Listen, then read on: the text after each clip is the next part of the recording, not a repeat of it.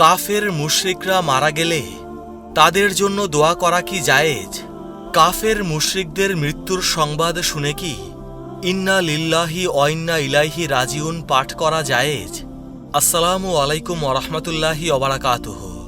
ইসলাম সম্প্রসারণ ও প্রচারের লক্ষ্যে আমাদের চ্যানেলটি অবশ্যই সাবস্ক্রাইব করবেন ইনশাআল্লাহ। মৃত কাফের মুশরিকদের প্রতি রহমত ও মাগফিরাতের জন্য দোয়া করা জায়েজ নেই। আল্লাহ পাক ইরশাদ করেন, নবী এবং মুমিনদের জন্য উচিত নয় মুশরিকদের জন্য ক্ষমা প্রার্থনা করা, যদিও তারা নিকট আত্মীয় হয়, এ কথা সুস্পষ্ট হওয়ার পর যে তারা জাহান্নামী। সূরা তাওবা আয়াত ১১৩।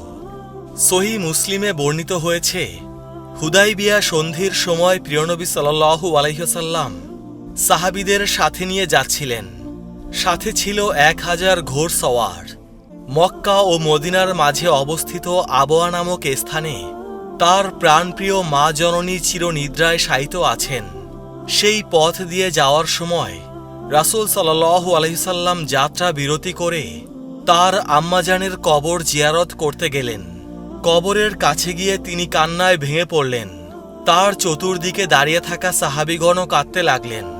অতঃপর রাসূল সাল্লাল্লাহু আলাইহি ওয়াসাল্লাম বললেন, আমি আল্লাহর দরবারে আমার মায়ের জন্য ক্ষমা প্রার্থনা করার অনুমতি চেয়েছিলাম, কিন্তু অনুমতি দেয়া হয়নি। কিন্তু তার কবর জিয়ারতের জন্য অনুমতি প্রার্থনা করলে তিনি তাতে অনুমতি দেন। সুতরাং তোমরা কবর জিয়ারত করো, কারণ কবর জিয়ারত করলে পরকালের কথা স্মরণ হয়।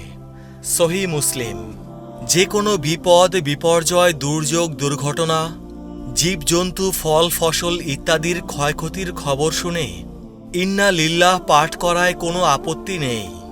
অনুরূপভাবে কাফের, মুশরিক, নাস্তিক, ভালো মন্দ, নেককার, পাপিষ্ঠ ইত্যাদি যে কোনো মানুষের মৃত্যুর খবর শুনে এ কথা বলতে কোনো অসুবিধা নেই।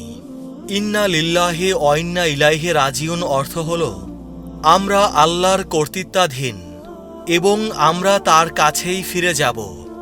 এটা কোনো দোয়া নয়, বরং মহান আল্লাহর বরত্বের ঘোষণা ও তার নিকট সবাইকে ফিরে যেতে হবে এই কথার স্বীকৃতি।